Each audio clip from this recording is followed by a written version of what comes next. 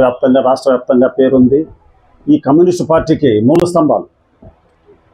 మరి వాళ్ళ వికే ఆదినారెడ్డి గారి దీంతో నారాయణ స్వామి గారి ఇక్కడ ఉండే కమ్యూనిపత్రి నియోజకవర్గంలో చాలామంది నాయకులు ఇక్కడ జరిగే దౌర్జన్యాల పైన బాగా పోరాటం చేశారు. మేమనేది ముఖ్యంగా మేము దిగిన తర్వాత పోరాటం జరిగింది, కానీ అది ముఖ్యంగా సిపిఐ వాళ్ళు సహకారంతోనే ఎక్కువ నేను కూడా పోరాటం చేయగలిగిన. నేను గర్వంగా చెప్తున్నా, వాళ్ళు ప్రతి కార్యక్రమం ఏదైనా కానీ ప్రజలకు సంబంధించిన కార్యక్రమాలు వాళ్ళు చేసినట్లు మిగతా వాళ్ళు ఎవరు చేయడం లేదు. రూలింగ్ పార్టీలు వస్తాయి, అధికారం ఉన్నప్పుడు చేసుకుంటారు, వెళ్ళిపోతారు, అది కాదు ముఖ్యం. వీళ్ళు నిత్యము రూలింగ్లో ఉండే గవర్నమెంట్ పైన, ప్రభుత్వం పైన, పార్టీ పైన నిత్యం వాళ్ళు చేసే తప్పులు బయటపెట్టి దాన్ని సర్దిద్దుకుంటారో లేకపోతే దానివల్ల డ్యామేజ్ అవుతారో తెలియదు, వాళ్ళేమో పోరాటం చేస్తూనే ఉంటారు. మన యాడికి మండలానికి సంబంధించి యాడికి కెనాల్ విషయంలో కానీ వెంకటరామరెడ్డి గారు, నారాయణ స్వామి గారు, మిగతా కమ్యూనిస్ట్ నాయకులు బాగా ఎప్పటికప్పుడు స్పందిస్తూ, ఇతర సమస్యలపైన స్పందిస్తూ బాగా యాడికి మండలం అంటే మంచి పేరుంది కమ్యూనిస్ట్ పార్టీకి. ముఖ్యంగా దీనికి మూలస్తంభం వెంకటరామరెడ్డి గారు, ఆయన బలంతోనే జరుగుతూ వచ్చినాయి.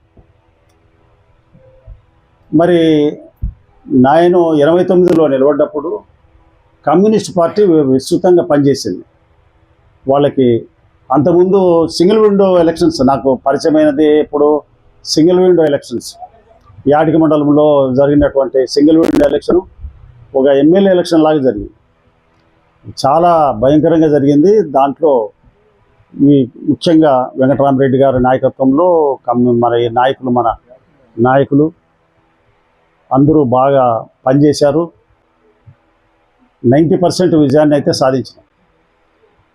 ఆ తర్వాత వచ్చినటువంటి నేను తర్వాత అనుకోకుండా పరిస్థితులలో నేను తెలుగుదేశం పార్టీలో చేరాను. ఎందుకంటే ఇక్కడ అప్పటి నాయకులు, బలమైన నాయకులు ఈ కాన్స్టిట్యున్సీలో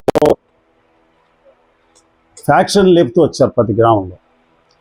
అలానే మేము పరిచయం ఉంటే కూడా మా గ్రామాల్లో కూడా ఫ్యాక్షన్ లేచింది.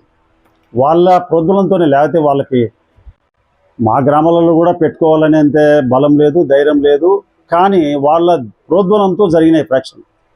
ఆ తర్వాతనే నేను ఇంకా వాళ్ళతో క్లోజ్గా ఉండి కూడా దీంట్లో చేరి వాళ్ళ మీద విస్తృతంగా ఫైట్ చేయడం జరిగింది. అది కూడా ముఖ్యంగా కమ్యూనిస్టు నాయకులు వాళ్ళ సహకారంతో 89లో ఈ మండలంలో మంచి మెజార్టీ వచ్చింది నాకు. మరి పామిడి, ఒడుగూరు, తర్వాత టౌన్, ముఖ్యంగా తాడిపత్రి టౌన్, ఈ 4 మండలాల్లో నాకు మంచి మెజార్టీ వచ్చింది. కానీ 2 మండలాల్లో గుద్దుకొని పోయినాం. గ్రామాలు గుద్దేశారు, 1200తో ఓడిపోయారు. నేను చెప్పేది ఏమంటే ఆ తర్వాత కానీ 89 ఎన్నికల తర్వాత అప్పుడు వాళ్ళ దౌర్జన్యానికి భయపడి మా పార్టీ వాళ్ళు కూడా కొంతమంది, అంటే టౌన్లో వాళ్ళ పరిస్థితి మనం ఇంకా తప్పు పట్టేయలేదు, పనిచేసినప్పుడు బాగా పనిచేశారు. ఆ గడ్డు టైంలో మాత్రం కొంచెం వెనుకంజ వేయడం జరిగింది. వీళ్ళు ఎందుకంటే వెంగమనాయుడు గారు పైన, అనంతపురం నుంచి వికే ఆదినారెడ్డి గారు, ఆయన సలహాతో ఇక్కడ వెంగమనాయుడు గారు టౌన్లో బాగా కృషి చేయడం జరిగింది. వాళ్ళు ఎంతో భయాలు పెట్టారు, ప్రాణభయం పెట్టారు. ఆయన కూడా జంకలే, ఆయన పాపం ఆయన ధైర్యాన్ని మెచ్చుకోవాలి. ఆయన ధైర్యంతోనే మేము కూడా రావడం జరిగింది. ఒకసారి ఆ టైంలో, అంటే నేను ఏమనుకోకండి, నా గురించే చెప్తున్నాడు దినాలు. ఒకటేమో 78వ స్వాతంత్ర దినోత్సవము, అందరికీ ఈ సందర్భంగా శుభాకాంక్షలు తెలియజేస్తున్నా. అంతేకాకుండా మన ప్రీతమ నాయకుడు నారాయణ స్వామి గారి గతించిన 34వ వార్షికోత్సవము వర్ధంతి, మనము ఆయన్ను స్మరించుకోవాల్సిన అవసరం ఎంతైనా ఉంది. ముఖ్యంగా నేను 87లో తెలుగుదేశం పార్టీ చేరాను. అయితే అంతకుముందు నుంచే మా కుటుంబం, మా బంధువుల కుటుంబాలు అన్నీ సిపిఐతో కానీ కమ్యూనిస్టు పార్టీతో కానీ సంబంధాలు ఉండి నాకు అప్పటికే కొద్దిగా అవగాహన ఉంది. తర్వాత ఎన్నో కార్యక్రమాలు ఈ మండలంలో వికే ఆదినారాయణ రెడ్డి గారి నాయకత్వంలో చాలా బాగా కృషి చేశారు.